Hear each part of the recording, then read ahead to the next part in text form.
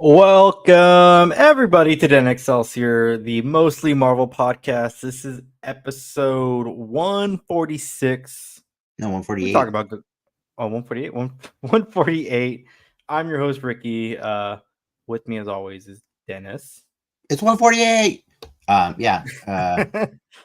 That's all. We're talking Ghost Rider. We're talking the first Yeah. Ghost Rider because we talked about Spirit of Vengeance like 2 years ago now. I want to say it was 2 years ago because it was with Frank, right? During Halloween, yeah. I feel like it was a Halloween thing. You're right. Yeah. And I freaking love that movie still. Like, I love Spirit of Vengeance so much. And I think it was hard for me to not love this one too.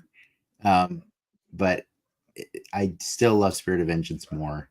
I'll talk more about it why, but you know that how I always give you crap for saying something is fun, and I say it's like a cop out because it's not really saying whether it's good or bad. I was having a hard time with Ghost Rider because I was having fun even when there's really stupid parts in that movie, and so yeah, I think Sometimes this time that's what you around. need. Again, like Yeah. I like my food analogies, but not everything needs to be a 5-star dinner. But Yeah. just because it's not a 5-star dinner doesn't mean it's not good. So that's just setting your expectations, ladies and gentlemen, for where we're going to be when we talk about Ghost Rider later tonight. But yeah, we're trying to knock out all the movies that are pre-MCU, and then also Ghost Rider is kind of a specifically special one because concept art was recently revealed for Deadpool and Wolverine, and believe it or not, they actually planned to have Nic Cage's Ghost Rider in that movie. It just didn't work out, So we were. They could. I wonder if they would have been a dick move just to have a CG Ghost Rider and not Nic Cage. I don't know. I mean, kinda like, but you can't really tell it's Nic Cage when it's in the movie, anyways. So whatever. I want to go off on a tangent real quick. Go for it. May I? So Ghost Rider, Mephisto. Is Mephisto the devil, or he is devil adjacent? You can argue he's devil adjacent. Okay. Yeah. Like, do other religions in the MCU come into play, like with their gods and demons? Well, yeah. So just to be clear, Mephistopheles is from the Faustian story. I can't remember specifically the story of Faust, I think. And Mephistopheles is not considered to be the devil. He's considered to be a devil. A devil, something kind of like that. Yeah, a servant of the devil. So that's technically what he is in the comics as well. But it's just so fun and easy to just when you're talking casually about it. He's the devil. You know what I mean? Like, like it's fine. Like every nerd ever when they're conversing about, but he's the devil. Like that's just how we refer to Mephisto. But technically, no. Technically, no. Okay. So yes, you're right. No. Other gods do exist in the Marvel universe as well, and by that logic, probably other versions of All right. Yes.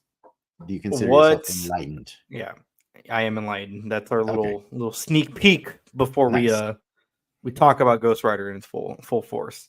Yeah. But what were you? What's your week been like? What's your nerd stuff this week? Nerd stuff. Interesting nerd stuff. Aside from Fortnite, which by the way I finished. We played Fortnite together for a little bit. I did. I got level 100 on the Battle Pass yesterday. You're insane. We're 2 weeks in. I got it done. Are we 2 weeks in? I think we're less than 2 weeks in. It's been 2 Fridays. Okay. Right? It's been 2 Fridays. Maybe 2 weeks. So is it 2 weeks tomorrow? It launched. That is still not a lot of time. You maxed out Fortnite. I know. So I could say that is what I was nerding out on, but honestly, I really don't have to spend that much time doing it. Like it's just we found the hacks, like with the silly tycoon Oh, level. you like, yeah, you're That gross that about ga- it. You're thing playing. that's 20 minutes. It's 20 minutes, 4 levels. 4 levels, 20 minutes, dude. I'm just saying. So I You're do one of grinding those Fortnite. and then I'll go and do like, save the world or zero build, whatever. And then that's it. But so what I've been watching, we were trying to watch a lot of like TV, but then somehow my wife just kind of slipped into this. She just kind of turned on Disney Plus and decided to start up Gravity Falls again. And Oh, okay. as soon as I heard the music, I was like, "You better not be watching that without me." And so I Did went that out show there. that What? end on a cliffhanger? Gravity Falls. No, I believe it actually has an ending, but Okay. the creator of it recently put out a book about the show, and I think Hmm. there's a short that came out regarding it. So I guess instead of watching the short, we decided to watch the whole damn thing over again. That show is excellent. Still, after all this time, is it a little awkward that T.J. Miller's in it? Yes, little bit, little bit. But same goes for when you watch the Deadpool movies. What are you gonna do? Um, I want to watch Crashing again, and I totally forgot he's a big part of that show as well. The Pete Holmes show. I don't remember T.J. Miller in that show, but He's in you're the probably second right. season the whole time, but he's at the end of the first season. Oh, you're They go right. on, yeah, they go on tour together. I remember. Yeah, he's an entire season, right? Like, Yeah. awkward. Whatever. Yeah, but he's not in much of the show. It's a really if you like X Files and that kind of stuff, it's like somebody who truly loves those kind of shows went and made a show that's accessible for a younger audience too. Hmm. And it's really cool. And it's got Kristen Shaw from Bob's Burgers, and she's just I love her in everything she ever does. So that's what I've been nerding out on pretty much exclusively. Like anytime we're not playing Fortnite, we just turn Gravity Falls on right now. Like we're almost done with the first season already. So what about you? TV Land, Only Murders in the Building is back. The show's fun. That's a fun show. I know. I said They're I said to they're my wife, I was like, you want to watch Only Murders in Building? She's like, no, I just want to watch Gravity Falls right now. I can't. It's like I there's too much thinking in Only Murders. I was like, all right, fine. they're that show this season they're in LA for parts of it, I Mm, guess. So yeah. it's always fun. I get to say like, oh, I've been there now. Those are little dumb LA things that people up here do. So that part's fun, and it's just fun to have that now with that show. But the Yeah. big nerd thing I did was I went to go see Aliens. I know you saw it last week. You kind of teased it up for me. Can I spoil some bits of it? Can we? I I'm mean, as I'm long as you let happy. people know that you're spoiling it, that's fine. I guess Alien mild Romulus, spoilers. he wants to spoil that. Alien Romulus. Um, it's a platter of the alien mythos. I know a Mhm. lot of people poo poo on Prometheus. Some people on the show might do that, but damn it, I love that movie, and I'm happy that they worked in that story. I think just enough. It's It's fair. kind of It, it's it, kind it of like tangential to it. It's almost yeah, it's done in a way where you don't need to have seen Prometheus because yeah, what they made is not the black goo from Prometheus. They made a black goo that's like a fifth generation of the black goo from yes. But they Prometheus. they reference that they learned about the goo in the Prometheus whatever expedition or whatever you want to call it. Oh, gotcha. That's cool. Okay. Yeah. Um, Yeah. and It's a great movie. Like I just want to clarify. I watched it in 40x, and the only thing that disappointed me about that movie was the ride itself. Like the ride did not live up to my expectations for what it should be for an alien movie. But and I will happily rewatch it again when it comes out like on streaming. I'll watch it just to enjoy the movie, but I left that movie not as wowed as I wanted to be because I wanted to get kicked in the back when a thing burst out of something's chest. You know what I mean? Like I wanted when it went zero gravity in that movie, I wanted to feel almost nauseous. And these are just weird That was one of expectations. the coolest scenes I think It is a ever great in scene, right? Aliens. It's a Yeah. great alien scene, and I couldn't enjoy it as much as I wanted to because I was like, "Come on, Ryan, do something cool. This are you seeing what's on the screen, Ryan? You should be entertaining me as good as the screen is right now, you know." So that's why I have a weird feel. Like I didn't hype it as much as I should have when I talked to you about it. The ride let me down, man. You know what I mean? And that's the only thing. It has nothing to do with the movie. It's a separate. It's like a third party that's in charge of at translating the movie into ride, right? Like it's not like the director did it Yeah, himself. they're not. It's just like 3D conversion. You know what I mean? Like it's another group that's in charge of that. I need So, James Cameron to make a 4DX movie. yeah, for sure, I do. And speaking of 40X, by the way, we can still talk more about Alien, but you know what's coming out tomorrow, right? Beetlejuice? Twisters. Oh, it's coming back? It's coming back to 40X? They're bringing it back to 40X. They're bringing I know they're bringing both, right?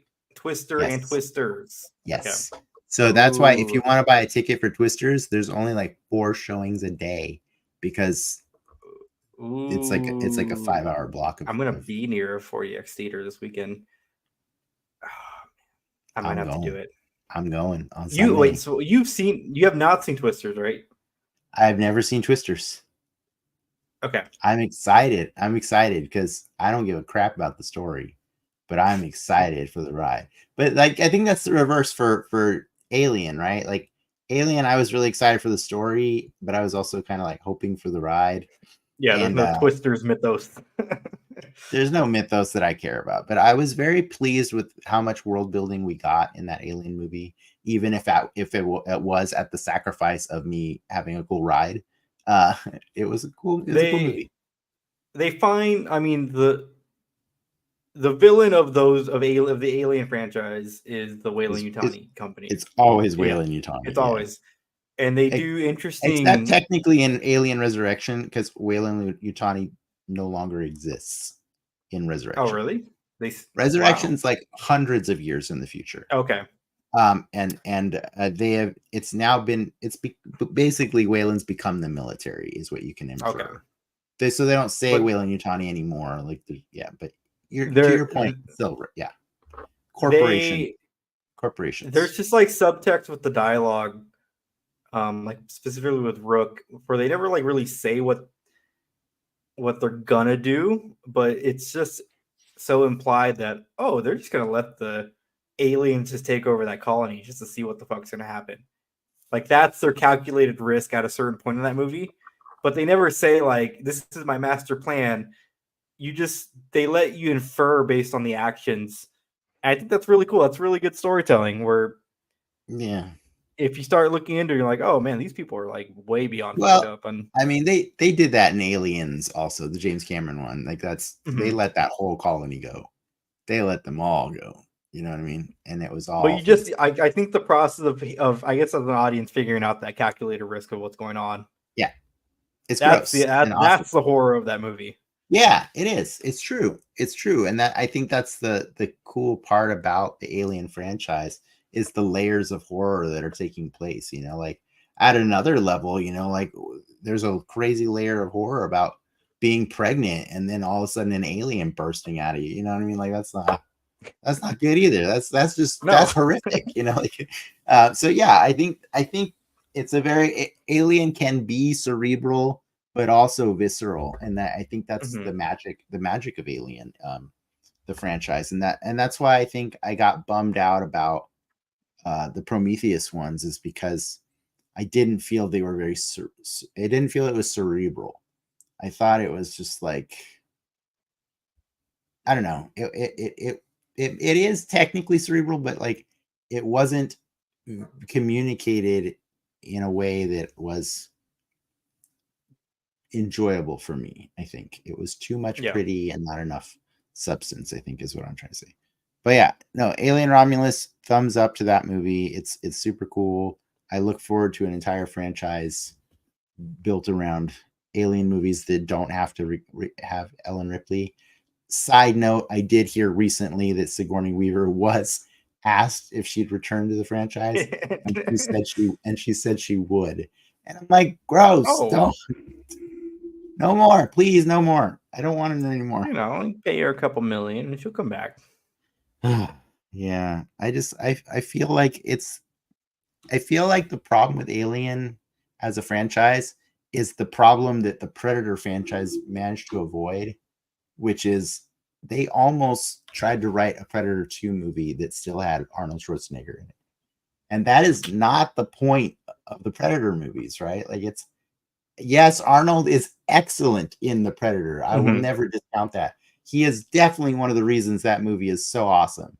But the movie is called The Predator, and the franchise is Predator.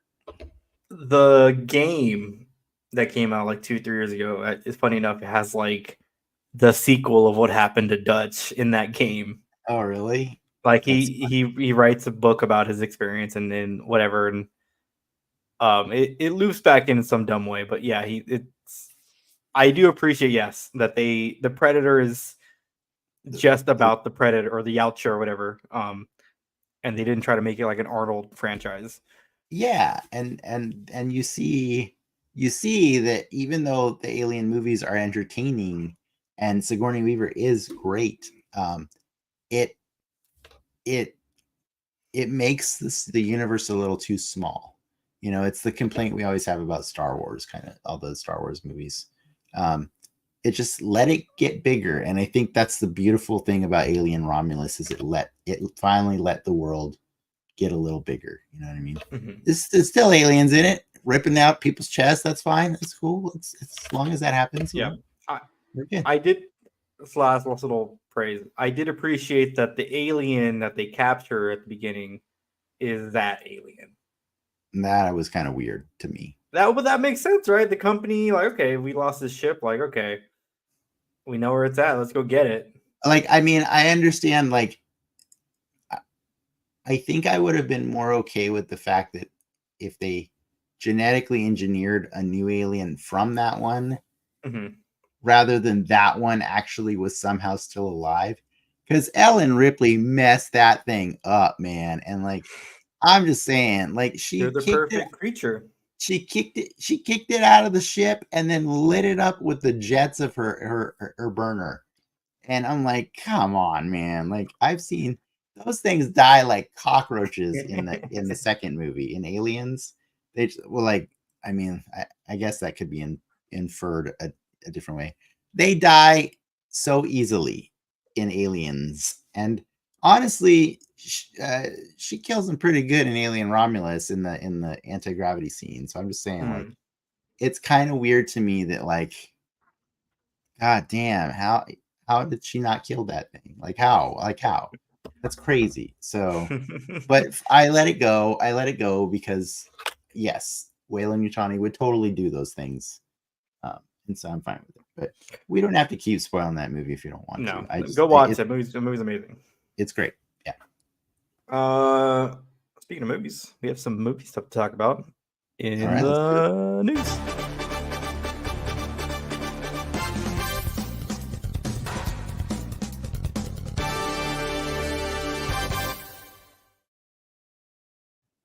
We'll just start with this because it was fresh in our minds, but we have our first look at Ben Grimm, aka The Thing, as he will appear in Fantastic Four First Steps. It looks like a thing. It does. It does look like a thing. So for our listeners, it's a full prosthetic suit akin to like Michael Chiklis. Granted, it looks a little bit more accurate in the face structure, but at least some elements of this movie are going to be practical, or of the thing are going to be practical. I'm actually really happy about that. Well, here's the reality of it: is you do it this way, you have the option of it being practical or CG. If you don't do it this way, you don't have the option. So I appreciate that they're doing this way because, like, I think, you know, just speaking back to what we were talking about the Alien franchise, I think one of the greatest things about that franchise is the use of practical effects. You know what I mean? Mhm. And so I think anytime a movie has the opportunity to incorporate practical effects into the fantasy, um, it's cool. Like it's really cool. It adds a lot. Like right, like Jurassic Park is just one of the greatest special effects movies ever made, and it's because they beautifully blend puppets in with the CG characters. I would think So like that Avatar they'll make an entire puppet or practical rig for a half a second shot, but when it's the blending that what makes it right. When you blend the two, when are that's there when it starts to puppets be in Avatar? the most famous scene from Way of the Water, or not famous. The scene where he's like grabbing the reins and like tightening them up. There's like a short shot it was in all the trailers. That's a practical effect. They had the hand, they had the creature, they made like the back, it had it breathing. That's a real person doing that, but it's Oh, interspliced with all this CG that you start. That's what sells the realness of their movements and their mannerisms. mm. See, you know what I'm talking about. The specific like No, I no, don't, because like the okay, whole movie just looks fake to me. So like okay, I think it had the opposite effect, right? Because but it still would have the effect, right? Which is yeah, you sell the illusion more, because like yeah. in a Jurassic Park, if you see regular people through the whole movie, then when you incorporate a puppet, then You it makes also it easier.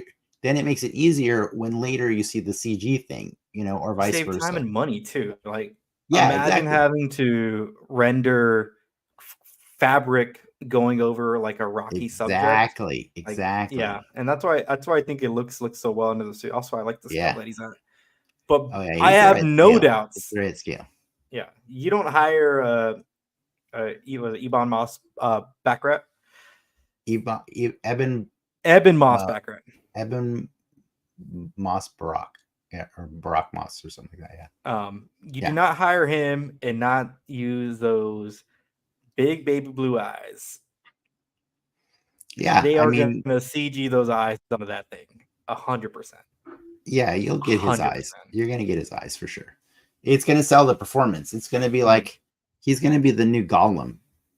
I really think if they do this movie right, he is the new Gollum. That he is the thing that we cannot help but love, even though he's a giant effect. Like that's all I've ever wanted out of the Fantastic Four. And like I'll be truthful. Chickless gave it to me every now and then.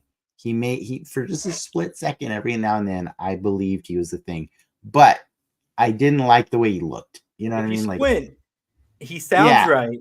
oh yeah, if you He acts squint, he right, sounds great. He sounds awesome. but he does So the face. yeah, They don't get the face right, and I think his proportions are weird. yeah, he looks a little like too round, right? Like he doesn't look like a big brick wall kind of Yeah. man of a thing. Yeah, so I'm excited. I'm so excited for the Fantastic Four, because like I think they've just been done just wrong every time in the theaters. Not horribly wrong, but like we've gotten good X-Men sprinkled throughout the whole history of X-Men movies. You know what I mean? Like we've gotten some really good things, and especially the Deadpool franchise. Like they've given us some of the chef's kiss X-Men moments, and we just don't have those with the Fantastic Four. And so I'm really excited to Kind of see. crazy. That's like a pinnacle of like American comic book, It right? was it was the first Marvel comic book. Like, The modern Marvel comic book. Yeah. yeah, for them not to have, they're probably like one of the only ones from that era. By Marvel comic book, I mean Marvel superhero in the Mhm. 616 universe, that I just want, so in case people jump in and start like saying, no, actually Tails just no, I understand what I'm saying. It was when Marvel was kind of on it was going into financial trouble, and they just like started throwing stuff out there, and Stan Lee's like, I've got this thing, and, like, let's try this. And Fantastic Four it hit at just the right time, because it was during this time where space exploration was like the hot thing that everybody was fascinated with, and yeah, man, it's a really cool, trippy sci-fi book, and I really hope this movie is that experience. I thought the Josh Trank thing was just set up for so much potential, and then you start hearing the behind the scenes stuff before the movies even come out, and it's like, oh no, what'd you do? So I mean, you were excited about the Josh Trank thing until you heard Oh those yeah, things yeah, too, right? Yeah. yeah. I mean, it's that movie. That franchise has just not had a good run. So Yeah. it's to see anything in a positive light is like a godsend. So we can only be Yeah. excited for next July. All it has to do is be better than the Marvels. That's it. Well, on the Marvel front, did you see this year's Marvel Unlimited exclusive? What is it? The annual box that you get for being a subscriber? Oh my God. Is that it? So I had not seen it up. I saw it for a split second earlier today. I didn't have time. I didn't make the time to actually look at it. But I'm just clarifying. Is that a comic book cover of Deadpool looking at a picture of Wolverine Yes. that's got his fingers on the photo as if he's looking through the other side of the picture? Yes. Oh my God. That's hilarious. But yes, the Night Spider is a Marvel Legends thing. I'm gonna assume this is an alternate version of the Prowler and Spider-Man. I don't know. I tried to look up this dude. But it looks Moon Knight-ish also. He's only ever appeared in the panel that's on the box, from my understanding. Oh, Which is he hilarious. is he a Spider-Verse character? I don't. I might be a one-off story. Yeah. So for those of you that know, when you subscribe to Marvel Unlimited for a year, you get a little gift box. Usually has a couple comics in there, some patches, pins. But the big draw to this thing is you get an exclusive Marvel Legends figure that you can only get by subscribing to this box. So Yeah, I'm reading on Bleeding Cool. There's saying, yeah, the cool. There was a variant of Moon Knight 23 that arrived, which featured a fusion of Moon Knight, but as a spectacular wall crawler. This was a promotion during the Spider-Verse era of comics, where they were just putting out Spider-Man versions of characters on comic book covers. okay, yep. So he's not actually he's not even a real thing. Okay. You know what? I don't mind. It's cool. It's cool because, like, why wouldn't you want a Spider-Man that's also a Moon Knight? Like, I mean, is there? Yeah, I have no problem with this. I love it. It's great. Give it to me. I'll take it. Like, what? Yeah. Like, why would I hate on this thing? What is the value of hating on this? The only thing I'm hating is I'm not going to get this for another year. I just got my box from this year. Like this Monday, my box came in, so I will not see this thing for 12 months. I feel yeah. My subscriptions come in July, so I won't see this thing until July. But so I'm almost there with you. But cool box. I like the Wolverine box. Yeah. I have not used my unlimited enough this year. Well, that's not true. I did. I think it's just called the Marvel tax. You just got to pay it. It's the Marvel tax. No, I really do love reading the comics. I like sometimes I'll read the stuff that based on the on the movie we're going to discuss for the particular week. I'll go and read the stuff that it's based on, and so I did that a lot with the Wolverine stuff. But yeah, I got back into it probably like last week because they have the new. I don't even know what it's called. The Ultimate Spider-Man, the new Spider-Man the new Ultimate Universe, right? Yeah, and it's cool. The adult Spider-Man's interesting. I haven't checked it out yet, but I was planning on it because I've heard good things about it. But Ultimate Fantastic Four back in the day, by the way, if you never read that, it's really good. Was that the Hickman stuff? No, I think before Hickman. I like Hickman's Fantastic Four a lot. And it's okay. For me, it's okay. It's okay. It's okay. Yeah. It's okay. Are these okay? Those are super cool. The Marvel Outriders Legends. from They're Avengers in Infinity Infinity War, War. correct? Yeah. Yep. They are And finally creating Endgame. army. Yep. Yeah, kind of Endgame. Like they're like heavily featured at the end of Infinity War for sure. Mhm. These are all the crazy four-armed, like animalistic infantry that the Black Order uses on Wakanda. And they have finally gotten action figures made of them. They come as a 2-pack available, and I think they have like different heads you can swap on and stuff like that. Mhm. They have all the articulation ever. It's literally, 2 fully articulated legs and 4 fully articulated arms and a torso that I think kind of accommodates all those arms. So yeah, they're selling them for $60 for a 2-pack. It's a hefty Have they price, but made they're pretty cool. Outriders? Comic accurate Outriders, or are these first? They have not made Outriders from the comics. No. Nope. All right. You gotta understand though, the Black Order didn't exist for that long before Infinity War the movie came out. It's pretty weird how it was Well, almost because like they're from the Infinity comic book from like 2007, right? yeah, exactly.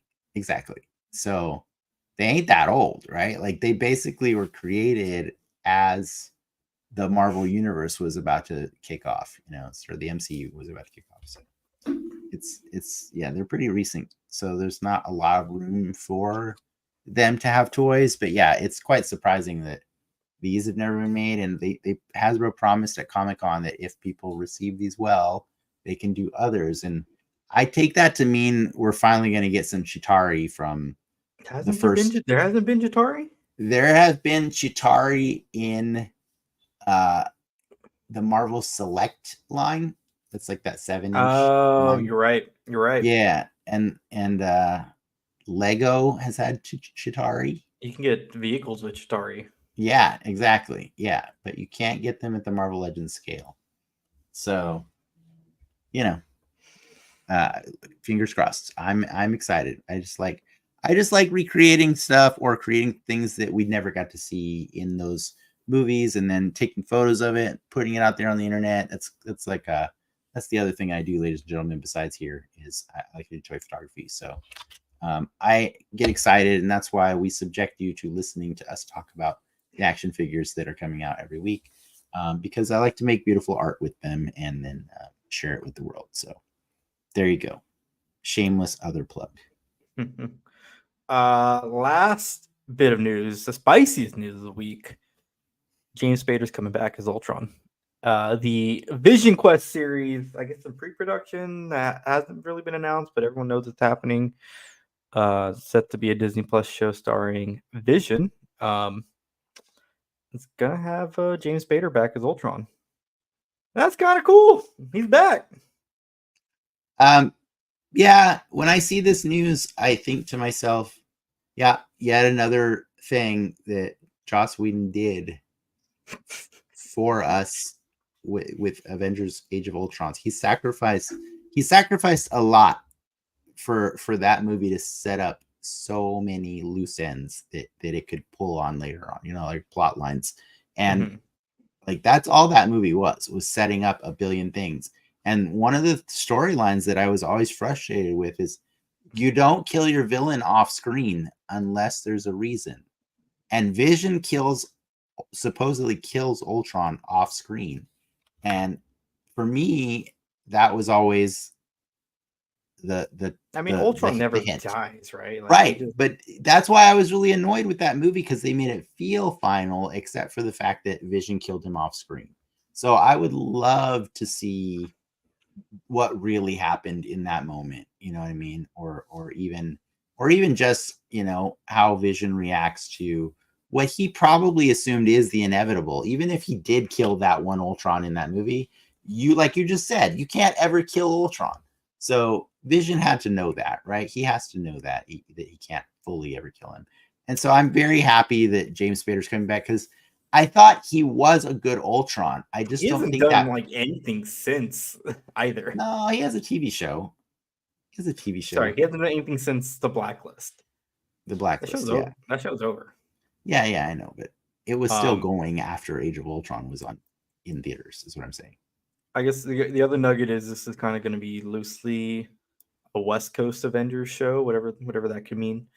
Good. I have a hard time believing they're going to get Moon Knight on the West Coast Avengers, though. Yeah, that cast's going to be expensive. Would I love to see Moon Knight in the West Coast Avengers? Yes. I just don't feel that the Moon Knight we have received yet is quite a joiner. Do you know what I mean? Like, I don't think he's in LA. He just, I don't think he's ready to be on a team yet, that guy. Like, I mean, in fairness, he's never really ready, but would it overjoy me if Moon Knight was in this Ultron Vision Quest story? Yes, absolutely. You know, it'd be cool to make it full circle. I think we're getting adamantium in the MCU, right? He's probably going to need a new body. That's funny. There you go. Yeah, but once you make an adamantium Ultron, then you're screwed. Yeah, no, I mean, I just don't understand how you're gonna manipulate the adamantium without Brian Cox in the show or in the movies. So it's kind of they're gonna find Ultron's corpse at the end of Vision Quest and like, oh, we gotta use this for something else. I have this project for another weapon. Brian Cox walks in. Should we move on? Cue credits. Yes, we should move on. Let's do the thing.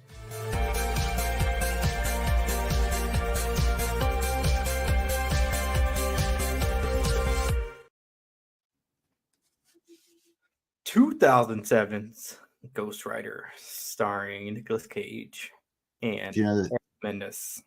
Do you know this movie was supposed to be 2006's Ghost Rider, but I guess they needed Mark Steven Johnson wanted more time to finish out add some scenes and finish out the special effects.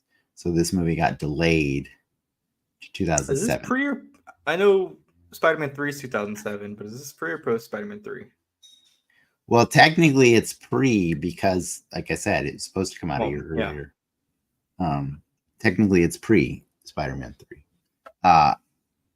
I mean, we should give credit. Mark Steven Johnson, we just recently discussed him, right? He is the director of Daredevil, the Ben Affleck movie.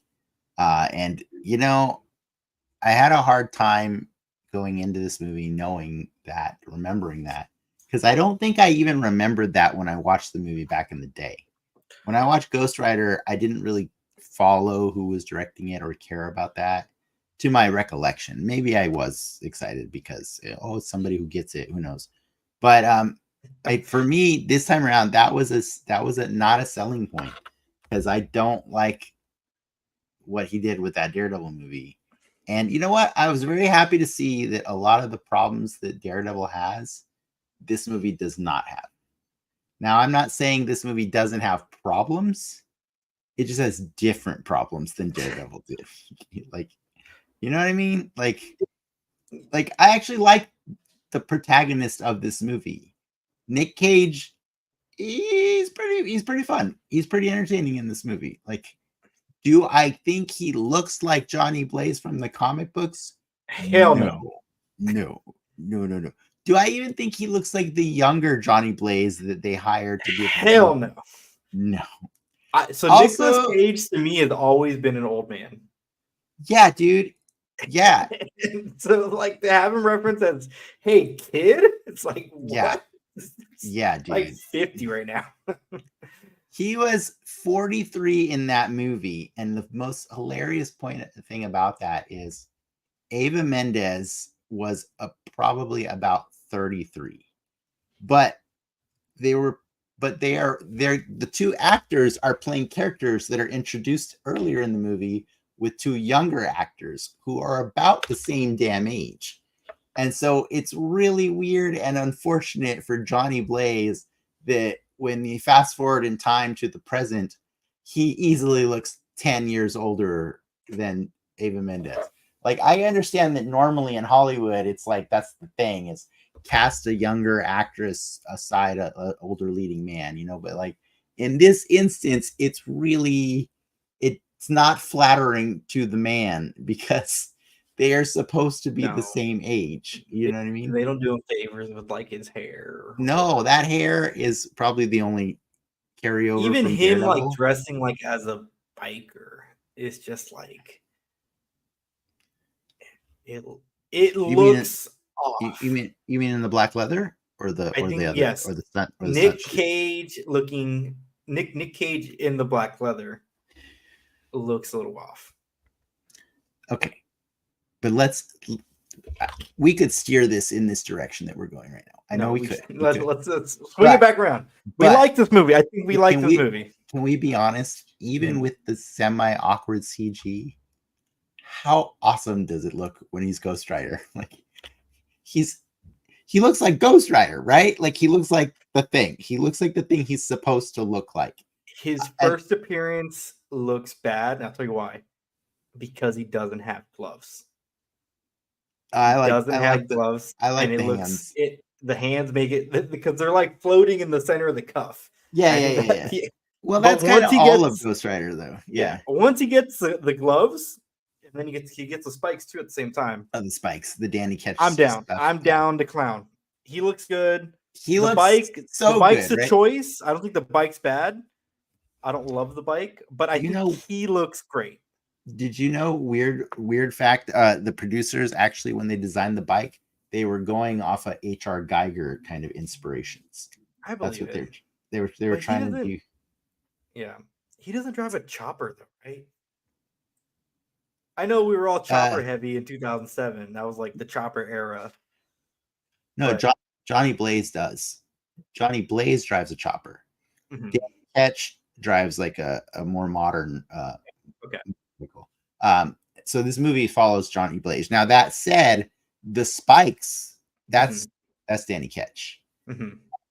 So the Mark Steven Johnson said he tried to blend the two Ghost Riders that are popular, because the 90s Ghost Rider is very iconic to a lot of people that were going to see the movies, and that's the one you're thinking of, which is the cool bike and the spikes and stuff like that, which I think we're finally getting a toy of later this year from Hasbro, right? Yeah.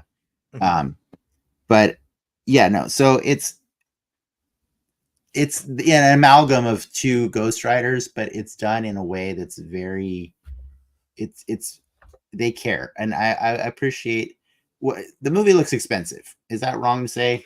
Like, even if it doesn't look as good as you wanted it to look, it still looks expensive, and I appreciate that. Apparently, the movie ended up costing $110 million. That was double what their budget was for the movie. But there's not a point where I feel like they cut away from him because it would be expensive to keep him Ghost Rider. Yeah. They let him sit on screen for a good minute. It's the first time where I'm ever like okay with the shared time, because we understand Nic Cage has to get screen time, but there are entire moments of that movie where it's just a CG skull, and I'm totally down for it. I believe I've read before that it still was Nic Cage, like he was still, or maybe I'm thinking of this. Well, he did the voice for this. No, you know what? He plays the Ghost Rider in the second one. In the second one, he plays the second one. Yeah. Now I will say this: it's not because I don't like the CG in this movie. I just know that it could be better. When this movie ended, I immediately started playing the second one, and I was just like, yeah, there's the stuff. Because the thing is, the second movie, you might not like the story, you might not like the acting, whatever. Like it all depends. Everybody's got different preferences. But the Ghost Rider in the second one is such an improvement on the first one. Top to bottom. Top to bottom, especially because the fire is actually a source of light in the second movie. Whereas that's the weirdest problem I have with the first movie, is it's not an actual light source. So even though the fire looks cool, it's not lighting everything around it. Like, do the steps of like, okay, if we do MCU Ghost Rider, it's probably going to be the second one. It needs to be Danny. It's real. It's real. It has to be Danny because he's the only one that hasn't been tainted or touched already, right? Kind of Robbie though. No, I love Robbie. Don't get me wrong, but there is a version of Robbie that exists already, and there's a version of Johnny that exists. You give us Danny. That's what we need. And maybe bring him in Blade. I don't really know what's Danny's MO. Why does he make the deal? I honestly don't remember why he makes the deal because I never really cared. Like that's the best part of the Ghost Rider stories. It's like most superheroes, I care about like who they are as a person. But like for me, Ghost Rider, it's a monster story. Do you know what I mean? Mm-hmm. Like and for me, I explained it to my wife when I was watching him. So let's rewind back to Ghost Rider for clarification. So he is inhabited by the spirit of vengeance, aka Zarathos. It's something put in there by Mephisto in a pact that he made with the devil or a devil, whatever you want to call him. And this guy, he's meant to be the bounty hunter of the devil and go out and collect on his debts and stuff like that. But as a weird side thing, like the spirit of Zarathos is just compelled by vengeance. So anytime he has the opportunity to exact vengeance in a room he's in, or if he just happens to be on an elevator and there's a shitty person next to him, he can't help vengeance to be had. He's gonna vengeance it up. It's a compulsion, and so he becomes Ghost Rider, and then he grabs this person, and he might give him the penance stare, or he might just wreck them. Whatever, you never know what he's gonna do. If it's the penance stare, it's really messed up because you're gonna make them experience all of the suffering they've ever caused on every human being ever, all at once. It's really cool, and see, it's a very horrific. It's a monster thing, right? It's a monster aspect. So for me, when I'm watching the scene where they arrest Ghost Rider and they put him in a jail cell where with all of these horrible hardened criminals and he's like begging them not to put him in there because he knows it's going to happen, I got filled with glee because I said, you know what? This is what I love about Ghost Rider the most.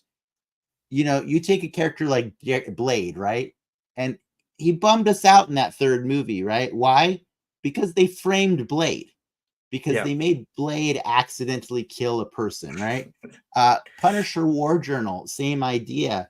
They make the Punisher accidentally kill an undercover cop. You never have to worry about Ghost Rider accidentally killing the wrong person, right?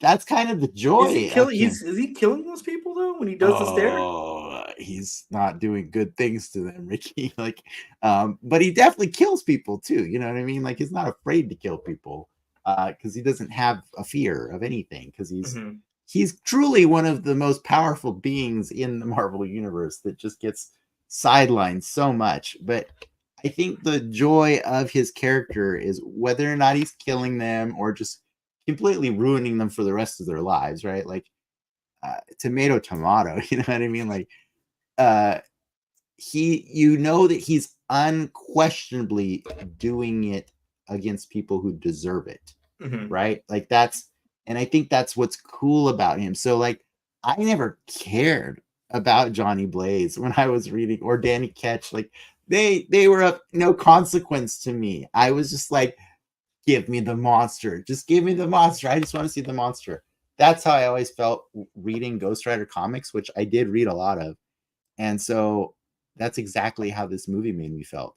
And I was very rewarded for that too. And I think, were you rewarded? Did you feel that way? Were you like, give me the monster? Yeah. You see Ghost Rider, he does Ghost Rider things. He looks like Ghost Rider. I guess he was also he was clever too, right? Yeah, he was little clips, little one-liners. Like it's a good Ghost Rider. He outsmarts the element monsters too, right? Which they created for this movie. Well, if I had to make the gripe, my gripe is he's not fighting monsters, right? He's defeating monsters, but he's not necessarily fighting. The main villain's movie's Blackheart, and then his little gang of other demons. But they're like dudes. They're just dudes. There where the budget came in. Yeah. They were like, spare no expense on Ghost Rider. But his villains, we gotta go cheap. We gotta go cheap. Blackheart, he's just a guy in a trench coat. Other guys, people in the trench coat. For anybody who doesn't know what Blackheart should look like versus what we got from Wes Bentley, go play the old Marvel versus Capcom games or the old Marvel superheroes, all the fighting games. Blackheart is a crazy looking porcupine monster. It looks thing. like Predator kind of with red eyes. It's a little bit. He's a crazy looking monster with a tail and quills and stuff. And but all those characters, they're straight up like demon monsters. Like they're not like humans. Yeah. And we got humans. We got humans doing spectacular things, but like kind of dumb things too. I appreciate Mephisto, even though it's a dude, that he had like a sick ass widow's peak, like Mephisto does. So I'm like, okay, they're trying. It was a cool motorcycle nod because they got Peter Fonda to play him. Peter Fonda is famous for being an easy rider. So it's kind of interesting that like he's the guy that plays the devil in this movie. But yeah, I have no problem with him in this movie. Like I think he fulfills the contract, of what I need out of him. Like I know Nic Cage ain't gonna punch this guy. You know what I mean? Like guy's too old to get taking punches. The end's a little weird where he's like, all right, you've settled your debt, Johnny. I'll take the power back. He's like, no. Johnny's like, no, and then Mephisto's like, oh, I'll get you again. Yeah. That part is really ends. It's just how the movie ends, and you're kind of like, okay, this is kind of dumb. It's kind of dumb, and also it's basically until next time, Ghost Rider. That's basically also him breaking up with Roxanne in that moment too, right? Because she's like, where will you go? He's like, I don't know. I'll just see where it takes me. I'm like, oh, so you're definitely not coming with him. Okay, got it. Cool. No, yeah, it's the ending is cheesy, but he beats the bad guys and he outsmarts the devil somehow. I will say that there was weird things. Like I do love Sam Elliott as Caretaker. Great. I read a fun fact that the character Caretaker in the comics was actually based off of Sam Elliott. So they came full circle by eventually getting the perfect guy to play that character. I mean, he is excellent in this movie, right? Like, I couldn't help because we just got done watching Blade movies, right? Like, if you were to compare him to Whistler, Sam Elliott's way better. Yeah. He's way better. I guess the only weird thing at that time was, like, this dude was General Ross, like, what is it, like, 5 years before this? 4 years earlier. 4 years earlier. Yeah. And also, he was an amazing General Ross.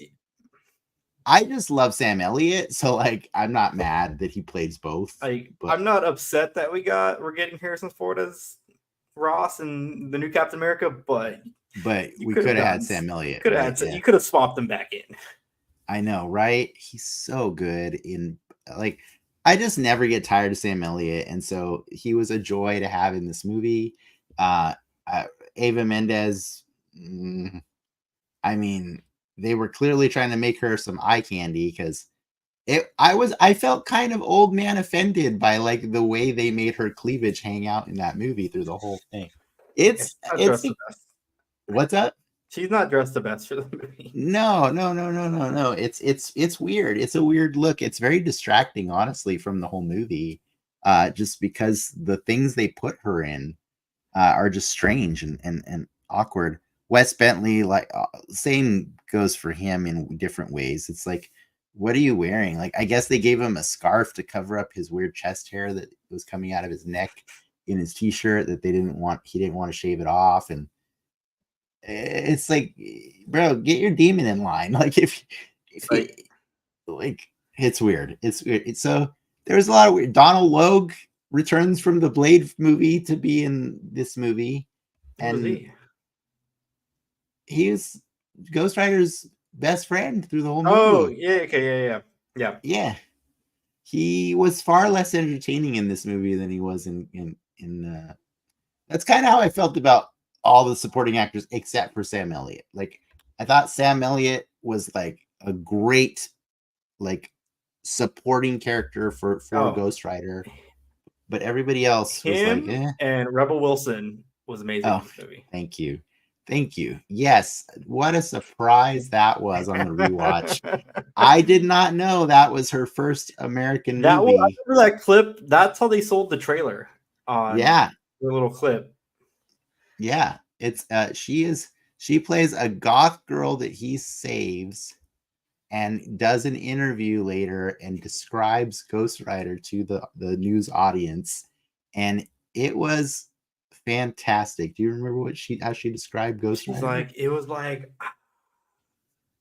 he's giving like edgelord, but like he pulls it off. But he pulls it off, you know. And then she signs off with like some weird gothy hands thing that she does, like and apparently that was all improv, by the way. But like, she killed that scene so hard that I think that's why it was really hard for me to like dislike this movie, because there was very charming moments in this movie, even if Johnny Blaze eating jelly beans makes no sense, and listening to the Carpenters and watching monkeys with nunchucks. Like, there's just weird quirks that they throw in there just to make him, I guess, more relatable, but sure, whatever, you know. But yes, there's moments like Rebel Wilson in this movie that just make you want to immerse. Yeah. I guess the question I'll ask at this point would be, does Ghost Rider deserve another movie? Yes. Or is he better as like a B character in a bigger story?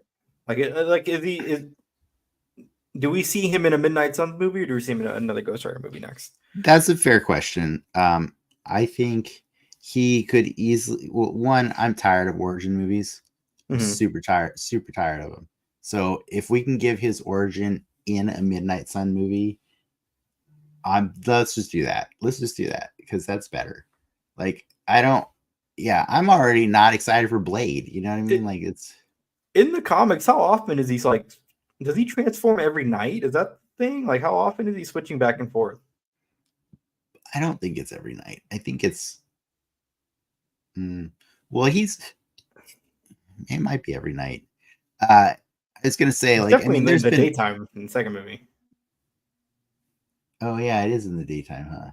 Like, is he? Because like Cosmic Ghost Rider is like, it's more just when he's around Ghost Rider.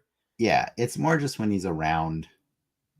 He just turns it on and stuff like that. Yeah, but yeah, they decided to establish their own weird rules in this movie, but you know, honestly, they didn't even follow their own rules, dude.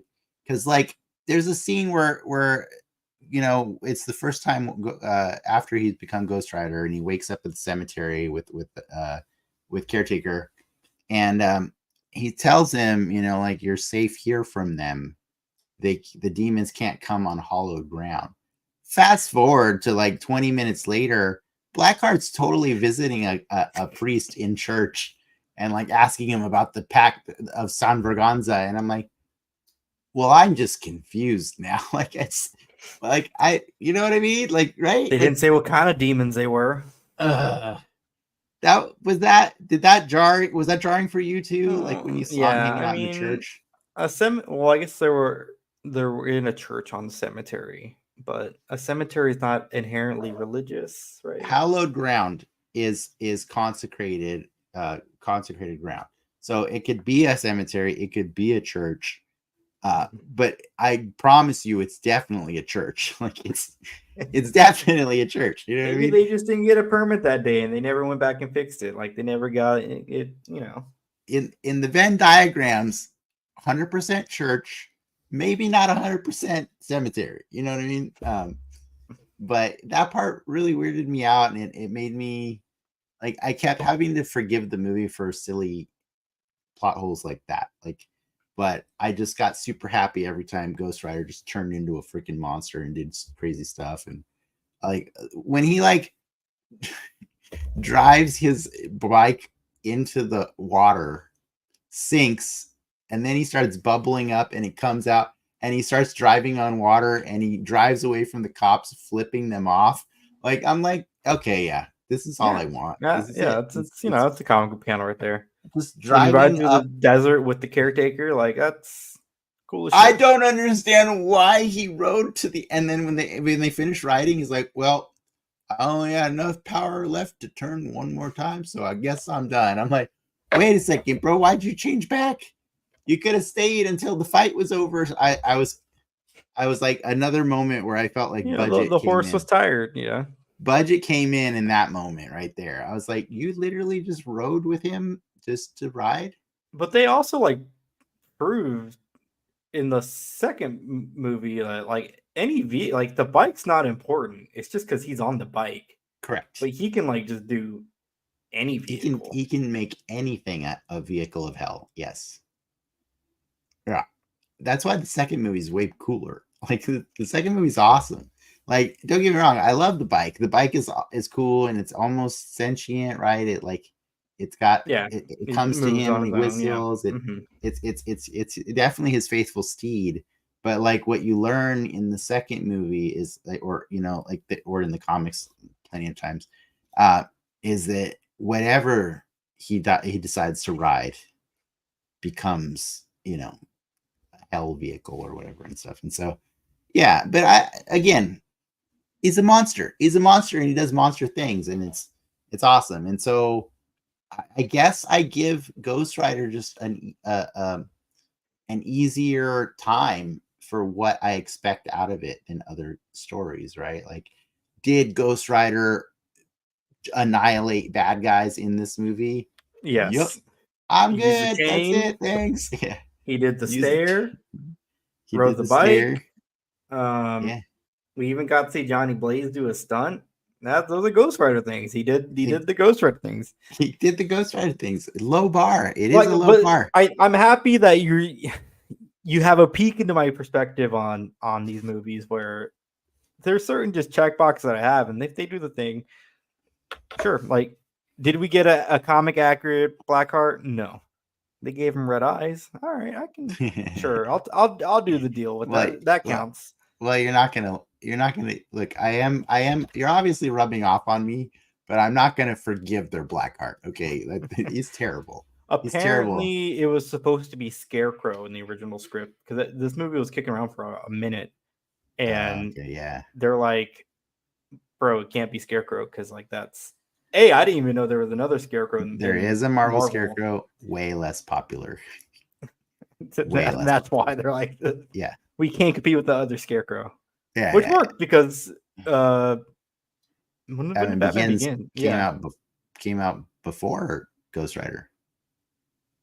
Dark Knight's 08, right?